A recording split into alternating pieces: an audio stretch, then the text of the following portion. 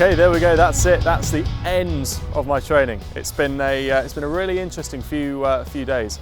Fantastic that I've passed. We managed to tick that off. But really interesting to see actually the difference between driving characteristics. So in terms of a comparison between what I do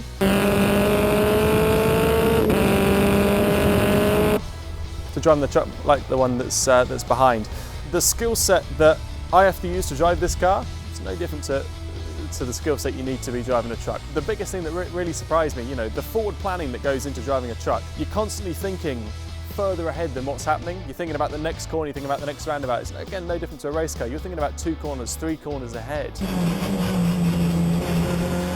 Same with the braking, getting everything done before you're getting to situations. No different to a race car. There's so many things that carry themselves across, and there's a lot of people out there that would love to be in a position to be able to drive a racing car. Yes, it looks very different for one, hugely different driving position, but again, very similar to characteristics. You're planning so much further ahead.